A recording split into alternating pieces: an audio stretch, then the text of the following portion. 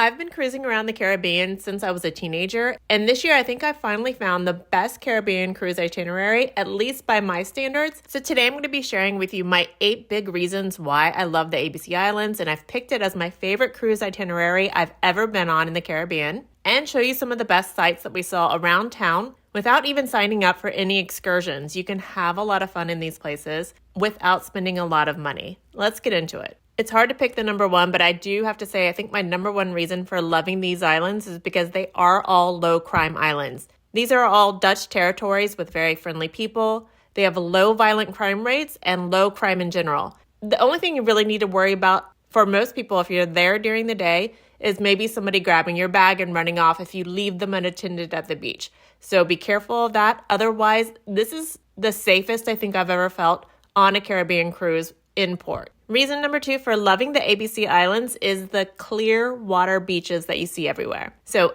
in Aruba and Curacao, you have white sandy beaches, super clear water. You can see the fish that are swimming around you when you're in the water. In Bonaire, you're surrounded by reefs, so you don't have that white sand as much, but you do have pebbly beaches leading to clear water where you can see anything from sea turtles to the colorful Caribbean fish that you see in TV shows. And that beautiful clear water leads me right into my reason number 3 for loving Aruba, Curacao, and Bonaire as my favorite cruise itinerary in the Caribbean is the snorkeling. So I am a big fan of snorkeling. I don't do scuba diving. I never got trained for it. I'm sure it's great. But as someone who loves to do some snorkeling, take my kids snorkeling, and just enjoy exploring around the water, the snorkeling on these 3 islands is fantastic. You can find places anywhere around these islands that are free and accessible pretty easily to do some great snorkeling.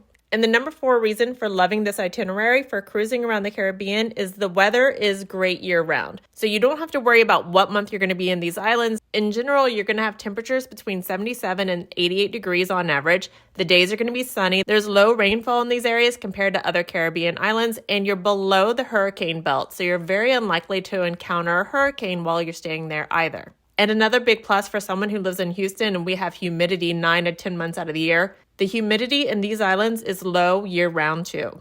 The 5th reason why this is my favorite cruise itinerary is because everyone that I encountered at all 3 of these islands was very friendly. And no one was ever trying to sell me anything. No one was approaching me to sell me anything, trying to get me to go to a store to sell me anything. Everyone was just very laid back. You could easily browse around stores without feeling any pressure to buy anything. That's definitely more my style of shopping, even when I'm here in the United States. I don't like a high-pressure sales tactic. So of course, that was one of the major things that I noticed and loved when I was walking around these islands. Another one of the reasons why I really loved these cruise ports is because they are walkable straight from the cruise port.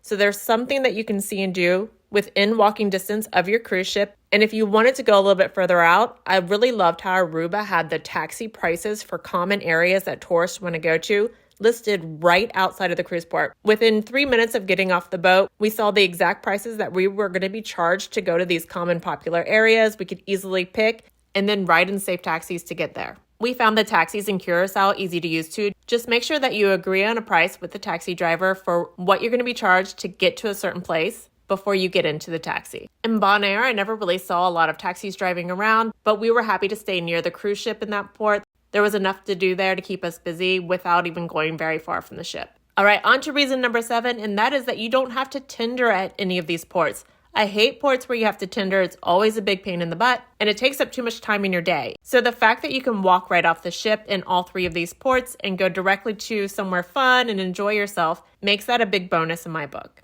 Okay, my 8th and final reason for why this is the best Caribbean cruise itinerary is all of the sea turtles that I saw while I was here. So I don't know if this is a time of year thing. We were there in March, so maybe they're there at that time of year. Maybe they're there all year round. I'm not sure, but I saw so many sea turtles on this vacation. I almost never see sea turtles at other Caribbean islands. So I loved this. I thought it was really magical. You could be snorkeling and have a sea turtle come up beside you just by chance. So I love that, and I had to have this on my list of reasons to recommend Aruba, Bonaire, and Curacao as great destinations if you're visiting the Caribbean islands on a cruise. Let me know if you think that I've missed anything on this list. If you've been to these islands and want to add something to the list, I'd love to hear it. Or if you had a terrible experience at these islands, I still want to hear it from you. Let me know in the comments below, and if you have any questions, let me know that too. I do try to answer them whenever I get a chance. All right, thanks guys.